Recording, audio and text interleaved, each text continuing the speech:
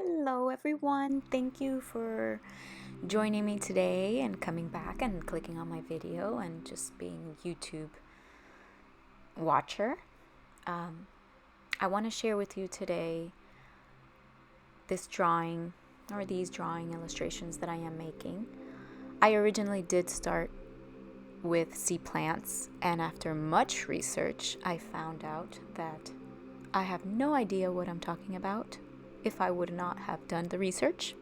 So I did want to come in here and talk to you guys about what I'm really drawing, because as you know, sea plants and corals are two different things.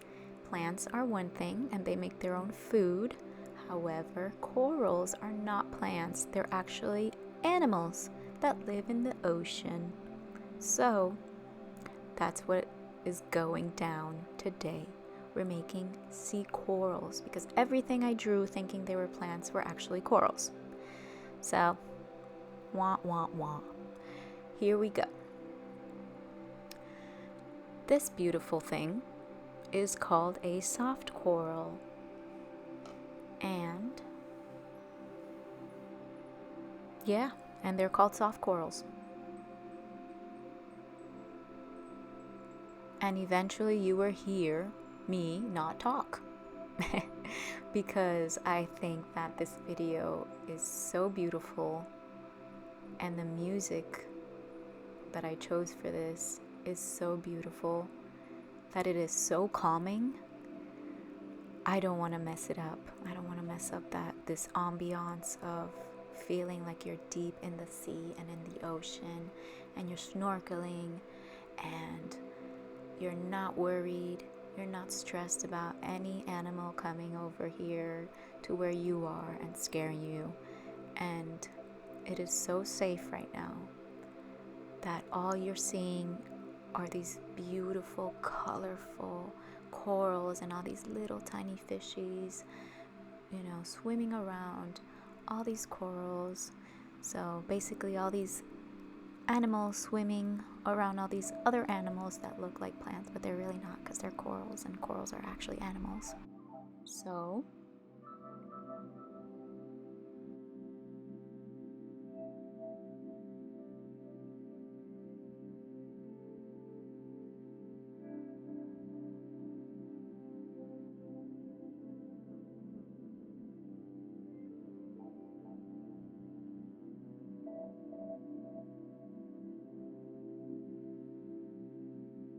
once I post this on the Etsy shop, I will erase the two plants that I drew. One, you saw this in the beginning of the video, which is the kelp plant, and then later on you will see that I draw seagrass, which looks like grass, it's just in the sea. So I will delete those two and rearrange the corals and retitle this document as Sea Corals, just so that you kind of get the feels of what corals are. I will also name these in a separate activity sheet so that if you want to learn the name of each one and you are on vacation or you're fishing, you're deep diving, you're snorkeling somewhere, I don't know, somewhere tropical and beautiful, and you see these and you're like, man, I remember summer of 2022, I got these coloring pages from this girl that likes to draw, and she did have these names on them, and that is an open brain coral. Oh my god, that's so cool. That's kind of what I want to achieve here with these. I want you guys to have fun, to use these pages as art therapy, because that's a real thing, and this does help. It just helps just being in front of a piece of paper with your hands, actually coloring, doing something with your motor skills and concentrating. And while you're doing that, you're actually learning something useful that you never know. You never know if you're going to be out there in the open sea and you see a coral reef and you're like, whoa, look at that. I remember doing that. Now, I just want to be of help. So these right here are actually called a few things. Um, they're called corals. Um, they're called branching rods. They're called black sea rods. They're also called sea whip. I mean, they have a lot of variety that looks similar to these. So it really does depend, but these online are called black sea rod, and they're black. However, there are many that are red, white, brown, just very different. You'd be surprised how colorful the sea is. I mean, come on. Have you seen all the sea movies, animated movies? I mean, it's pretty colorful down there.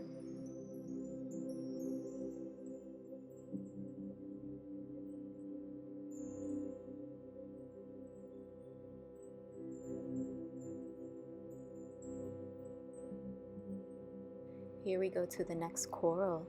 This one is called Lobophilia, but they're also called, that I started watching videos on YouTube about them and I was like, whoa. They're called Tricephalia, but most people call them open brain because of their shape, and they do look like the brain is open and, just open brain. These are extremely colorful, and if I were to color them, I would get all my colors out, all my color pencils, I mean, and markers. I would go crazy, and crayons, whatever you like to use. But these are the most colorful corals I've seen. They're all colors, literally all the colors of the rainbow. So you just can't go wrong coloring these. They will look their color because, man, they're so colorful and beautiful. They have patterns, and some of them actually look like rainbows and have all the rainbow colors. They're neon colors, they're pastel colors. A lot of people have them in their aquariums at home. There's a lot of care tips on how to, maintain them and keep them in your house. So these are pretty interesting corals. If you really just watch YouTube videos on them, you would realize that there's so much out there that we don't know until we actually take time to research.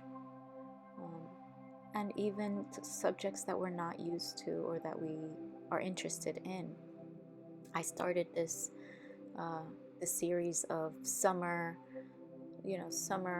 themed things, just so I can prep for the summer, and I've realized that I know very little about a lot of things. So it's always nice to just randomly click something and learn about it just a little bit, just so that you have a little bit more knowledge of other things apart from the things that you really know and are actually interested in, because it doesn't hurt to learn a little bit about other things.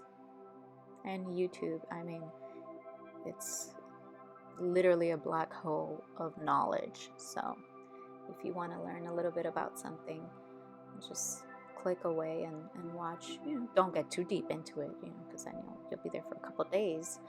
But I was fascinated by what I found in my research after doing all of these, because I did want to label them correctly. And once I found out they were not plants, I was like, whoa, girl, you gotta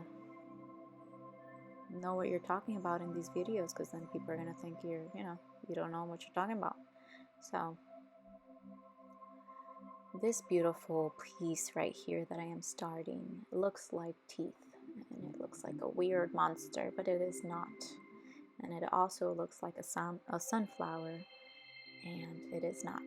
It is actually named after a flower because of how it appears, but this is actually a coral, a soft body coral, and most of you have seen the movie of Finding Nemo and where the clownfish hide and they live. This is that animal. They have a symbiotic relationship. Side note, this is me writing down my dream from that night because it popped in my head and I was like, ooh, yeah, I remember now. Okay, back to the animal. So this is called a sea anemone. Anemone, yeah. And there's a lot of different colors. There's green, there's, white. Well, Finding Nemo was white or orange, And this is kind of from like top view when they're opened up, but their tentacles start growing, and that's that, beautiful, flowy, tentacle like gooey thing flying. Well, it's not really flying, but it's floating in the water, and it's pretty cool. They actually have great relationship, clownfish and sea anemones. These are tentacles, so they are part of the jellyfish family. And their tentacles do sting, so that is how they protect themselves. They have a relationship with the clownfish because they are the host. So, clownfish, they rub against their tentacles and they attach some mucus or chemical thing that the tentacles secrete, and that's how they work together, The sea anemone gives the clownfish shelter and helps, keep safe. And then the clownfish fights off any other animal that wants to eat up the sea anemone or something like that. So, excuse me. So it's kind of cool how they have a relationship like that. There's hundreds, even thousands, I'm sure, of types of sea anemones, but in my research, I did see that only 10 types of these animals actually do host clownfish. There was a video of a crab that takes these sea anemones and attaches them to their shell so that they use it as like a fighting device. There was an octopus that was trying to eat the crab, and the crab had the anemone stuck on its seashell, and the anemone stung it a couple times, and then the octopus ran away because it was like, oh. Anyways, the point is, these are very cool. They actually serve lots of purposes for protection and shelter, and they actually have great relationships with clownfishes. Everything is love. You just help out the neighbor. And as you know, at this point, a couple hours into these drawings, my wrist was a little bit in pain, so I traced this. I'll put the source image in the comment section. I mean, in the description, but I really just my fingers were hurting at this point, so I just wanted to trace this quick coral.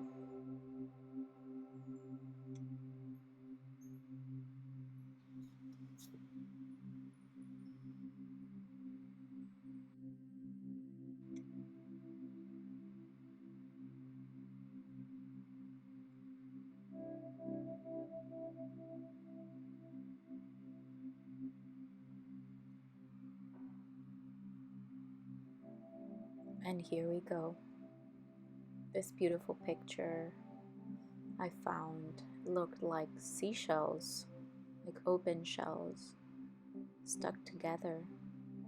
And I realized that they weren't seashells, they were corals.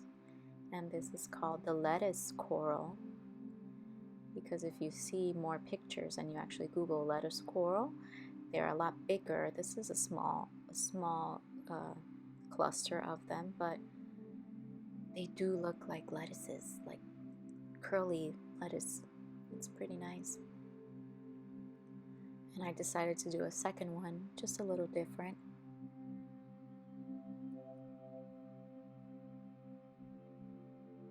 Lettuce leaf coral.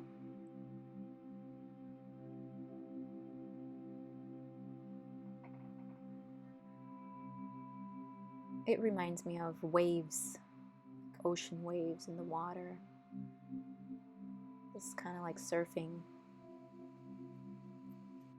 Surfing the lettuce, dude.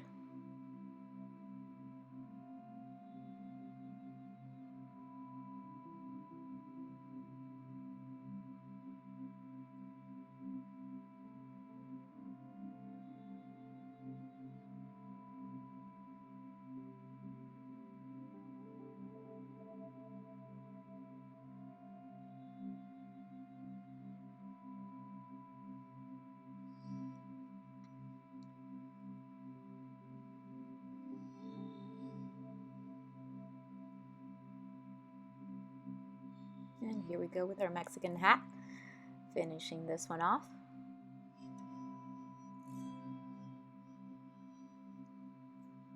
The next series, or the next drawing, will be the actual plants.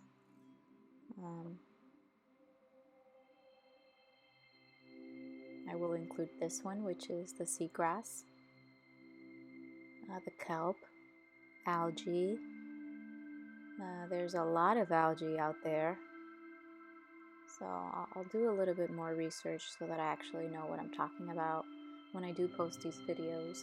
And I am actually glad that I selected more corals than anything else, so that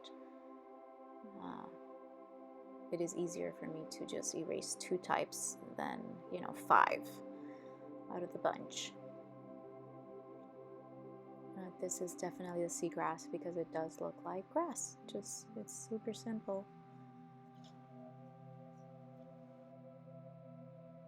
And here we go, the last one. And we'll finally finish this off with a sea fan, which I'm sure a lot of you have seen. It took a little bit of time, but with proper planning, after no planning, it worked out beautifully.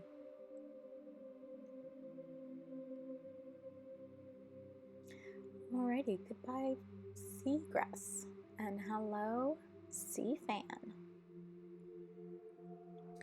So there was only one of these in this illustration, and these look like trees, and they do have like branches, no leaves. So right from the start, seeing a picture like this and trying to replicate it is a little bit of a challenge because you don't know how or where to start. So I began to wing it until I thought, let me plan this out. Let me make a separate layer. I'll make the opacity smaller, and I'll use these branches and lines as guides to make the outlines of these squiggles for this fan, and it'll help me get the spacing correctly. And you'll see it worked out perfect. One thing, I was hesitant because once I finished this sea fan, the left side looked a little, spacious, and then the right side was dense and just wow, you'll see. So then I was like, maybe I should just erase the left side. But then I figured, you know what, why I'm gonna erase it if after I already did it, I'm sure somewhere out there in this earth filled with all this water, there is a sea fan somewhere that's a little light on the left side and heavy on the right side. Why not? So I left it as is because, nothing has to be perfectly symmetrical. I mean, nothing in life is perfectly symmetrical.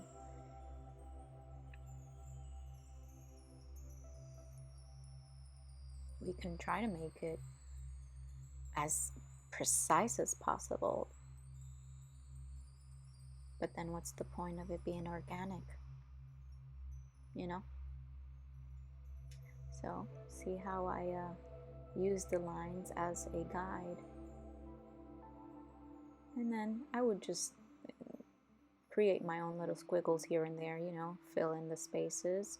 I really didn't think much about it because I knew that that's kind of the less you think of something, the easier it is to create it. And that's exactly what happened here. All the empty spaces that I found in between these branches, it was a no-brainer. It was really just use it, create whatever squiggles, and you're done.